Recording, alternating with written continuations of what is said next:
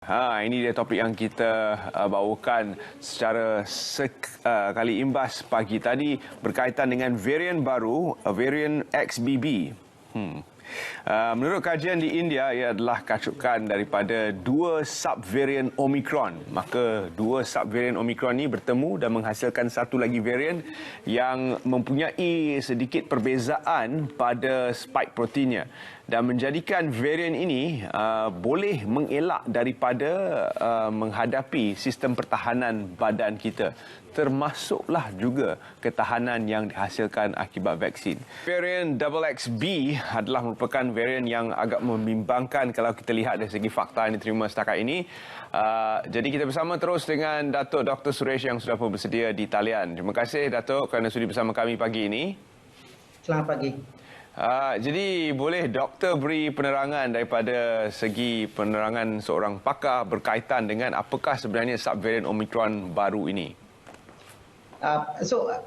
Sebelum tu I nak bagi tahu sebab apa kita bincang tentang subvarian XBB ini, sebab berbanding dengan 14 hari yang lepas, jumlah kemasukan pesakit COVID-19 ke fasiliti kerajaan telah menunjukkan peningkatan sebanyak 24%.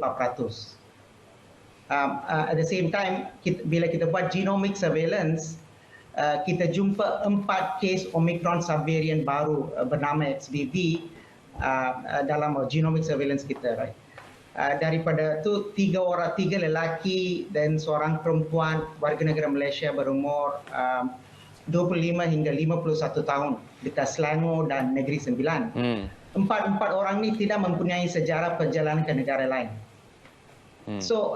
Peningkatan bilangan kes baru kita jangka itu susulan pengesahan subvarian Omicron XBB di Malaysia. Sebab tu kita sekarang umumkan SOP baru semua.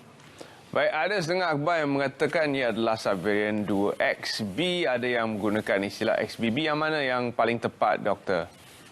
Subvarian, Omicron subvarian XBB. Baik, seterusnya bergerak ke hadapan, kita ingin tahu apakah ciri-ciri yang membezakan subvarian ini berbanding dengan varian Omicron yang kita sedia maklum adalah walaupun merebak dengan lebih luas dan lebih cepat, namun kesannya kepada mereka yang mendapat jangkitan adalah kurang berbanding dengan Delta dan varian-varian sebelum ini. Jadi apakah ciri-ciri pada subvarian XBB? The subvariant Omicron tu berkembang daripada subvariant Omicron BA2 yang dulu kita mengalami lah BA2.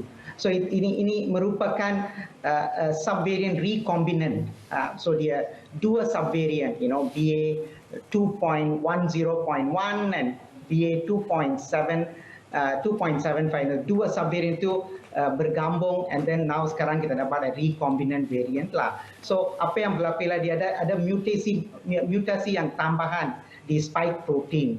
And sebab mutasi tambahan di spike protein itu dia memang senang jangkiti. Itu yang kita bimbang. Baik, senang jangkiti itu adalah ciri yang lebih kurang sama dengan subvarian Omicron.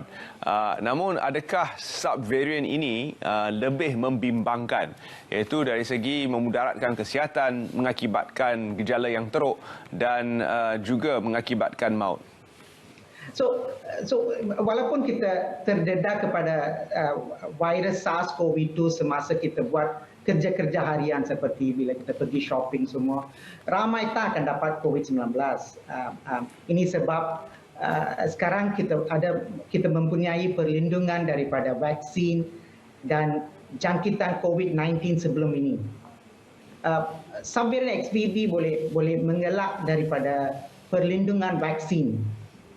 Individu yang telah menerima vaksin boleh jangkiti subvarian ini. And also subvarian XBB juga boleh menjangkiti orang yang pernah mendapat COVID-19 sebelum ini. Sebab tu ini merebak cepat. Bukan sebab dia ada ciri-ciri yang boleh merebak cepat. Dia boleh atasi perlindungan yang kita sedia ada sekarang. Ini agak membimbangkan, tapi dari segi kemudaratan kepada kesihatan bagaimana pula, doktor? Adakah ia merisaukan untuk para pakar dari Kementerian Kesihatan? tiada bukti bahawa subvarian XBB menyebabkan sakit yang lebih serius. Tiada bukti lah. So, kumpulan berisiko untuk dapat sakit lebih serius ialah sama seperti dulu.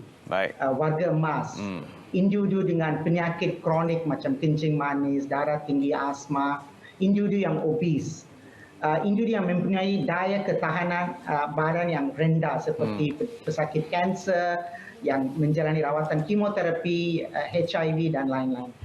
So kita orang berisiko tinggi kena berjaga-jagalah. Dan juga mereka yang menjalani pemindahan organ, ya. Correct. Ya, jadi ini merupakan kategori mereka yang mempunyai kadar ketahanan badan yang secara semula jadi adalah rendah. Jadi apa yang perlu dilakukan oleh kategori kumpulan ini, termasuklah mereka yang berada dalam kategori berat badan berlebihan, obes dan sebagainya. Adakah mereka perlu mendapat satu lagi dos penggalak, doktor? First thing is, untuk kita semua lah, sebab sekarang kita faham bahawa, semua orang memang risiko untuk dapat jangkitan memang lagi tinggi bandingkan dulu. So, itu kita kena amalkan semula SOP yang kita kenal dulu. Pakai pelitup muka. Terutamanya di tempat yang sesak dan tempat sempit dan bertutup. Satu lagi itu kena amalkan penjarakan fizikal, and also kena peningkatkan ventilation atau pengudaraan. Ini tiga perkara memang semua orang kena buat sebab berisiko untuk dapat jangkitan itu tinggi untuk semua orang lah. Right? Dan satu lagi itu untuk subvarian ini data dari Singapura, because Singapura ada XBB sebelum kita, data dari Singapura menunjukkan bahawa vaksinasi masih memberikan perlindungan yang baik terhadap penyakit COVID-19 yang serius. So vaksin masih lagi berkesan. Semua vaksin, doktor? Yang vaksin yang kita ada sekarang lah. Iaitu mRNA dan juga vaksin DNA, semua jenis vaksin memberi ketahanan. Kebanyakan vaksin yang kita sedia ada sekarang ialah mRNA vaksin Pfizer. And so vaksin melindungi kita mendapat simptom yang teruk serta kematian. So walaupun kita mendapat COVID-19, sakit tidaklah begitu serius. Baik. Doktor, kalau kita lihat kepada SOP telah pun dilonggarkan di Malaysia, kecuali dengan beberapa pengecualian yang tertentu seperti kawasan hospital, pengangkutan awam dan juga tempat-tempat yang sesak, kita perlu menggunakan discretion ataupun kita perlu menggunakan penilaian sendiri. Dan seterusnya, ingin juga saya bawa perbincangan ini menjurus kepada pilihan raya yang bakal diadakan, kerana kita baru menerima beberapa kes subvarian ini. Namun menjelang pilihan raya iaitu pada 19 hari bulan November nanti, apabila 21 juta rakyat Malaysia keluar mengundi, adakah ia membimbangkan untuk pakar daripada Kementerian Kesihatan melihat kepada betapa mudah untuk subvarian XBB ini merebak? Ya, memanglah sebab tu kita minta mereka, so Kementerian Kesihatan digalakkan semua orang untuk ikut SOP balik macam dulu, walaupun kita bukan arahan atau macam law, tapi kita digalakkan untuk ikut SOP semasa pilihan raya terutamanya. Dan seterusnya kepada golongan yang rasakan mereka sudah mendapat perlindungan secukupnya, iaitu mungkin 3 dos setakat ini, dan juga untuk kanak-kanak yang sudah mendapatkan vaksin, adakah mereka selamat pada pendapat doktor ataupun perlu menambah dos? Terutama sekali mereka yang tidak berada dalam kategori yang berisiko tinggi tadi, tetapi mereka yang telah lengkap 3 dos dan juga kanak-kanak yang telah lengkap dos pemvaksinan, adakah kita perlu menambah kepada apa yang sedia ada? So sekarang Kementerian Kesihatan sekarang longgarkan lagi the indication untuk dapat vaksin penggalak. And so sekarang kita cakap, Kementerian Kesihatan cakap dos menggalak kedua disyorkan bagi individu yang berumur 18 ke atas tanpa mengkira status kesihatan. And so ibu mengandung, petugas kesihatan, dan semua orang boleh dapat. Kalau 18 tahun ke atas boleh dapat dos penggalak yang 2. So ini kira kebanyakan itu kira vaksin dos yang keempat lah. So kalau dah 6 bulan selepas menerima dos menggalak pertama, boleh sekarang dapat dos menggalak kedua. Ada juga ramai orang tak dapat dos menggalak langsung, right? So kita nasihat yang tak dapat dos menggalak pertama, individu berumur 12 tahun ke atas tanpa mengkira status kesihatan, 12 tahun ke atas boleh dapat dos penggalak pertama. And kalau dah dapat dos penggalak pertama and dah habis 6 bulan and dah umur tu 18 tahun ke atas, boleh ambil dos penggalak kedua. Okay, Datuk Doktor, saya ingin bertanya soalan yang mungkin akan ditanya oleh mereka yang ragu-ragu, yang masih mempunyai perasaan tidak ingin turut serta dalam program pemvaksinan.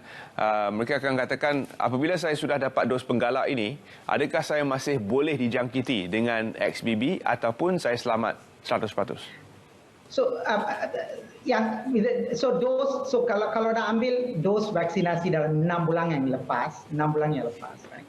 And ada some protection daripada XBB, memang ada some protection, tapi boleh jangkiti juga. Tapi protection against severe disease, penyakit yang serius memang dibuktikan di Singapura. So kalau tanah dapat penyakit yang serius, kita memang nasihat dapat vaksinasi. So vaksinasi sekarang kita pakai as a tool untuk pastikan kita tak dapat penyakit yang serius. Ada beberapa laporan mengatakan bahawa XBB tidak mengakibatkan gejala yang serius pada awalnya, namun akan terus menyerang paru-paru dan mengakibatkan gejala yang teruk tanpa tanda-tanda awal. Adakah laporan ini tepat atau sebaliknya, Doktor? Tak betul lah, tak betul. Sebab bukan semua varian Omicron atau Delta ke Omicron lah, sekarang semua dapat Omicron kan. So Omicron memang boleh kena paru-paru, tapi dia akan kena paru-paru untuk orang yang berisiko tinggi saja. Itu sama seperti varian-varian lain, bukan special untuk XBB. So macam saya cakap tadi lah, yang orang yang berisiko tinggi, and mereka sebab tu kita cakap orang berisiko tinggi, so tolong ambil dos penggalak yang kedua. Baik, terima kasih kita ucapkan kepada Datuk Doktor kerana sudi bersama kami pada pagi ini dalam Selamat Pagi Malaysia dan memberikan pencerahan tentang beberapa faktor yang perlu kita tahu tentang subvarian XBB yang baru ini. Terima kasih sekali lagi kita ucapkan. Thank you. Baik, itulah dia beberapa soalan yang saya ujarkan tadi adalah soalan yang saya rasa anda ingin tahu dan sudah pun ditanya di media sosial. Dan ada fakta-fakta yang tidak tepat sebenarnya yang sedang diwawarkan menerusi pautan-pautan media sosial. Jadi jangan percaya semuanya, pastikan anda rujuk dengan pakar, rujuk dengan Kementerian Kesihatan dan juga kami di RTM yang akan sampaikan maklumat yang sahih dengan bantuan pakar daripada Kementerian Kesihatan.